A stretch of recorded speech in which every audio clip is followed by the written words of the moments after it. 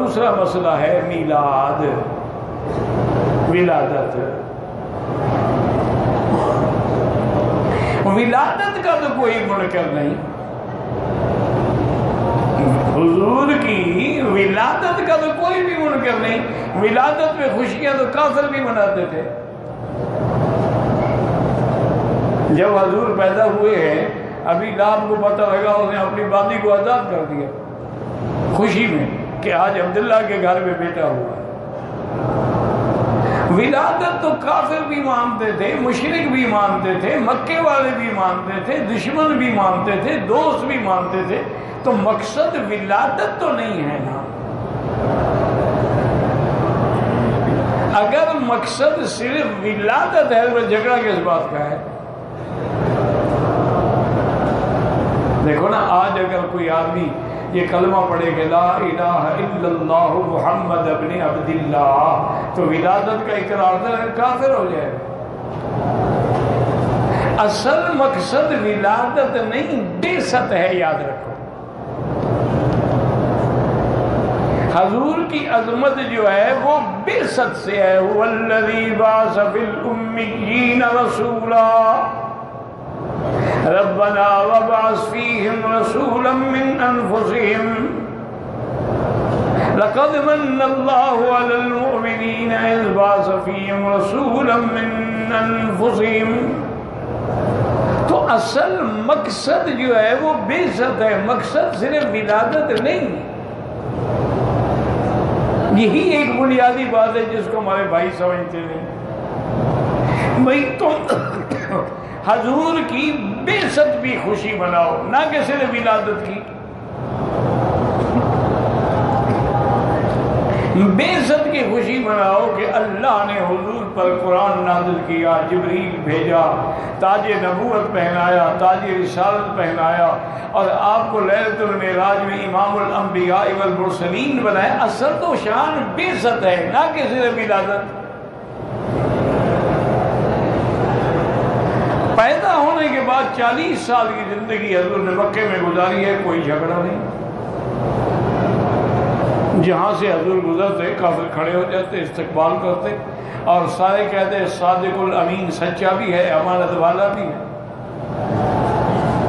یہ آج جس کعبے کا آپ طواف کر رہے ہیں، کہہ دو الحمدللہ، اللہ سب کو نصیب کرے۔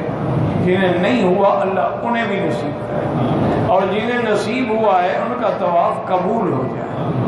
اصل بات ہے قبول ہو جائے، قبول ہو جائے نا، ایک طواف بھی کافی ہے، وہ جہنم سے آزاد کرا دے۔ اور اگر قبول نہ ہو، ساری زندگی کرتے رہو۔ طواف تو کافر بھی کرتے تھے، مشرکین مکہ بھی کرتے تھے، اور بڑے شوق سے کرتے تھے، اور ان کا عقل دیکھے، کپڑے اتار کے کرتے تھے، مرد بھی عورتیں بھی۔ بھئی یہ کیا ہے؟ کہتے کہ ہم احترام کر رہے ہیں۔ کیسے احترام؟ ان کپڑوں میں ہم گناہ کرتے ہیں تو کعبے میں کیسے لیں؟ چلو اگر کپڑوں میں گناہ کرنے سے کپڑے اتار دیے تو جسم کے جس حصے نے گناہ کیا ہے اس کو بھی پھینک دو۔ صرف کپڑے پھینکنے سے کیا ہوگا؟ بس عقل ہے۔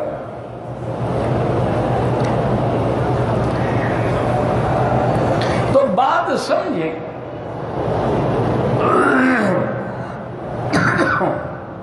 جب قریش مکہ نے کعبۃ اللہ کی تعمیر کی، الحمدللہ بڑی تفصیل ہے، تعمیر ہو گئی۔ اس کعبے کی تعمیر 11 دفعہ ہوئی ہے، یاد رکھو۔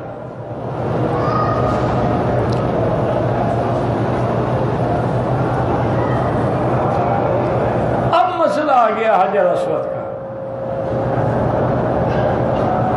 اس پر تمام قبائل کے جو بڑے بڑے سردار تھے نا، جو قریشی تھے، ہاشمی تھے، بنو کلاب تھے، بنو ثقیف تھے، بڑے بڑے قبیلے تھے۔ اب ہر سردار نے کہا کہ بھئی حجر اسود تو میں رکھوں گا، میں بڑا ہوں۔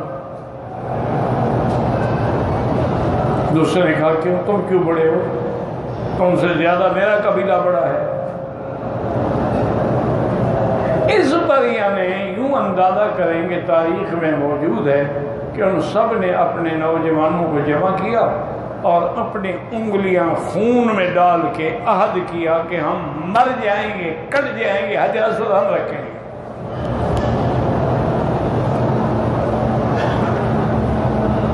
آخر درمیان میں کچھ سمجھدار لوگ آئے، انہوں نے کہا یار اللہ کے گھر کو جھگڑے کا باعث بناتے،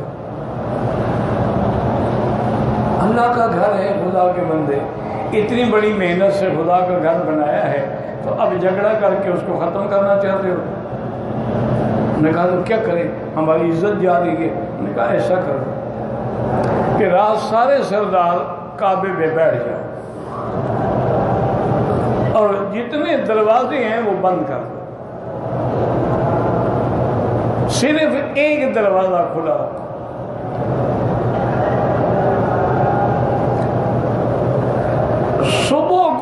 صبح صادق کو جو آدمی اس دروازے سے پہلے داخل ہو اس کا فیصلہ مان لو، وہ جو بھی ہو، کیونکہ ہمیں پتہ تو نہیں نا کون آئے گا۔ انہوں نے کہا ہاں بھائی یہ بات ٹھیک ہے، لڑو نہیں۔ رات کو سارے بیٹھ گئے، انتظار کرتے رہے، اپنے اپنے دلوں میں دعائیں بھی مانگتے رہے۔ صبح صادق کا ستارہ چمکا تو دروازے سے محمد بدری کا چہرہ چمکا صلی اللہ علیہ وسلم۔ سارے کھڑے ہو گئے، خوش ہو گئے، ابشرو ابشرو، مبارک ہو مبارک ہو، یا الصادق الامین، حضور آ گئے۔ جب حضور آئے تو انہوں نے عرض کیا حضور ایسے ہمارا جھگڑا ہے، ہر سردار کی تمنا ہے کہ کعبہ شریف میں حجر اسود میں رکھوں تاکہ قیامت تک میرا نام زندہ رہے نا۔ حضور نے فرمایا جھگڑے کی بات ہی نہیں ہے۔ آپ نے اپنی چادر مبارک اتاری، اس کو زمین پہ بچھایا، حجر اسود کو اٹھا کے اس پہ رکھ دیا، فرمایا سارے چادر کا کونا کونا پکڑ لو، لڑو نہیں، سب پکڑ لو، سب اٹھا کے لے چلو کعبہ شریف تک۔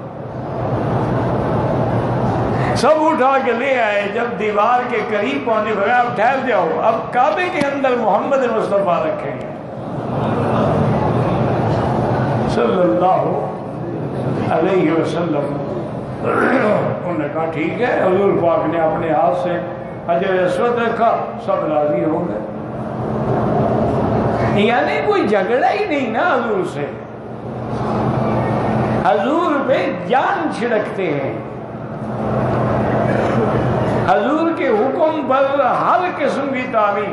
اصل جھگڑا ولادت نہیں بعثت ہے، تم ولادت مان رہے ہو اور بعثت کو بھولے ہوئے ہو۔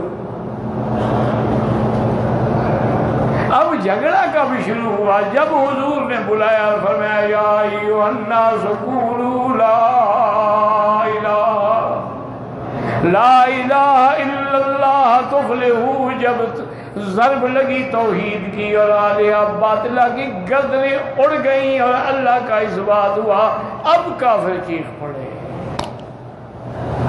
اچھا اسی لیے ہمیں بلایا تھا، اور ایک خدا سارے کام کیسے کرتا ہے؟ یہ تو ہمارے اتنے خدا ہیں، کوئی کام کسی کے ذمہ ہے، کوئی کسی کے ذمہ ہے۔ اجعل الآلہۃ الہا واحدا، آپ نے ایک بنا دیا۔ تو جھگڑا بعثت سے ہے، ولادت سے نہیں ہے، یاد رکھو۔ پیدا تو سب ہوتے ہیں، ولادت تو سب کی ہوتی ہے، مولود تو سب ہوتے ہیں، میلاد تو سب کا ہوتا ہے۔ اور پھر یہ میلاد پہ جو رسم ہے، جو لائٹنگ ہے، جو جھنڈیاں ہیں، صحیح اصول پہ اگر چلیں تو میلاد کی رسم کا تعلق نصارہ سے ہے، مسلمانوں سے نہیں۔ آج بھی وہ کرسمس مناتے ہیں، وہ کیا ہے؟ عیسیٰ علیہ السلام کا میلاد ہے۔ آج بھی ان کی تاریخ جو ہے 2017 کیا ہے؟ آگے سے چھوٹا سا میم، یعنی میلادی، یہ عیسیٰ علیہ السلام کا میلاد ہے۔ اسی لیے جب حضرت عمر نے رضی اللہ تعالیٰ عنہ نے صحابہ کا اجلاس بلایا، کبھی تاریخ کے بغیر کام نہیں چلتا، تو ہم مسلمانوں کو بھی تو اپنی تقویم بنانی چاہیے. تو کسی نے کہا جی ہم بھی حضور کے جس دن پیدا ہوئے ہیں میلاد صرف تاریخ شروع کر دیتے ہیں. حضرت نے فرمایا یہ تو پھر عیسائیوں کی تقلید ہو گئی. انہوں نے عیسیٰ کی پیدا ایسے شروع کی, ہم حضور کی پیدا شروع کی, یہ کوئی بات تو نہ ہوگی. تو بعض صحابہ نے کہا حضرت عمر سے کہ آپ ایسا کریں کہ جس تاریخ کو قرآن اترا ہے نا وہاں سے شروع کریں, کہ آپ کو نبوت تو اس دن ملی ہے نا جب جبریل آیا ہے. حضرت عمر نے کہا اللہ کے بندے یہ کیسے ہو سکتا ہے, قرآن تو 20 سال اترا ہے, تو کس تاریخ کی بنیاد رکھیں؟ یہ بھی ٹھیک نہیں. آخر مشورے کے بعد حضرت عمر نے خود تجویز کیا اور فرمایا کہ میری رائے یہ ہے کہ جب حضور نے ہجرت کی ہے, ہجرت کے بعد اسلام کو پر لگے, پھر اسلام اونچا ہوتا گیا ہوتا گیا ہوتا گیا, مشارق الارض و مغاربہا تک پہنچ گیا. تو ہم اپنی تاریخ کی ابتدا ہجری کریں, ہجرت سے کریں, نہ ولادت سے کریں نہ کسی نزول قرآن سے کریں, بلکہ جب ہجرت کی ہے. اس لیے مسلمانوں کی تاریخ کیا ہے؟ ہجری. کہ اب ربیع الاول کا مہینہ ہے تو کیا ہے؟ ہجری. چاند سے ہم اعتبار کریں گے تاریخ ہجری سے, اور اس کا مدار جو ہے وہ چاند پر ہے نہ کہ سورج پر. میلاد کا مدار سورج پر ہے, چاند پہ نہیں ہے. چاند کے 28 دورہ 28 دن میں دورہ مکمل کر کے چاند غائب ہو جاتا ہے. اب یا 29 کو ظاہر ہوگا یا 30 کو ظاہر ہوگا. سورج کا دور جو ہے وہ 360 دن میں مکمل ہوتا ہے, اور سورج کا دور جو ہے وہ ماں سوا دوربینوں کے آپ دیکھ بھی نہیں سکتے. چاند کا مسئلہ جو ہے اتنا آسان ہے, ایک بدوی دیکھ کے بتا رہے آج چاند بڑا لگ رہا ہے, پہلی رات کا نہیں, آج یہ دوسری رات کا ہے. پہلے وہ ہلال ہوتا ہے, ہلال کے بعد قمر بنتا ہے, اور جب 13, 14, 15 کی راتیں آتی ہے تو وہ بدر بنتا ہے. اس کے بعد پھر گھٹنا شروع ہو جاتا ہے, پھر گھٹتے گھٹتے گھٹتے کل رجول القدیم ہو, جیسے ایک یعنی کھجور کی ایک شاخ باریک ہو کے پرانی ہو جائے ایسے سوکھ جاتا ہے. اس کے بعد پھر وہ ڈوب جاتا ہے. پھر اس کے بعد نیو مون جو ہے وہ پیدا ہوتا. تو چاند جو ہے اتنا آسان ہے کہ ہر مسلمان دیکھ کے یار آج تو ماشاءاللہ 14 کا چاند لگتا ہے. اس لیے ہماری تاریخ ہجری ہے, نہ میلادی ہے, نہ نزول قرآن سے ہے. تو اصل مقصد جو ہے وہ بعثت ہے نہ کہ ولادت ہے. اب آپ یوں سمجھیں سیدنا ابو بکر رضی اللہ تعالیٰ عنہ آئے, حضور کی خدمت میں تو صدیق بن گئے, عمر آیا تو فاروق بن گیا, عثمان آیا تو جامع قرآن بن گیا, حضرت علی آئے تو حیدر کرار بن گئے. کب؟ ولادت کے بعد. حضرت ابو بکر کی دوستی تھی, حضور سے اکٹھے رہے, لیکن ولادت کے بعد تو صدیق نہیں بنا, وہ نبوت کے بعد صدیق بنا جب تصدیق کی. والذی جاء بالصدق وصدق به, اب وہ صدیق بنا. عمر زندگی میں اکٹھے رہا, اب جب وہ ایمان لایا حضور پہ, کلمہ پڑھا, تو اب فاروق بنا. عثمان جو ہے وہ ذی النورین بنا, با حیا بنا, داماد مصطفیٰ بنا. حضرت علی ابن ابی طالب جو ہے اسد اللہ الغالب بنے, بطل من ابطال الاسلام بنے. سب کب؟ بعثت کے بعد. اصل مقصد بعثت ہے نہ کہ ولادت ہے. بس یہی چھوٹی سی بات سمجھنے کی ہے. نہ آدمی ضد میں مبتلا ہو, نہ اس میں نعوذ باللہ کسی پہ اعتراض ہے, نہ کسی کی توہین ہے, نہ کسی کی دل شکنی ہے, بلکہ سمجھنے والی بات یہ ہے کہ حضور کی بعثت کو یاد رکھیں. اللہ نے بھی بعثت کا احسان فرمایا ہے, ولادت کا نہیں. اللہ نے یہ نہیں فرمایا کہ لقد من اللہ علی المؤمنین اذ ولد فیہم رسول اللہ, نہیں فرمایا اذ بعث فیہم رسول. هو الذی بعث بالأمیین رسولا منہم. حضرت خلیل نے کیا دعا مانگی؟ ربنا وبعث فیہم رسولا منہم. حضور نے کیا فرمایا؟ فرمایا انا دعوت ابی ابراہیم و بشارت اخی عیسیٰ ورؤیا امی التی راتو کما قال النبی صلی اللہ علیہ وسلم.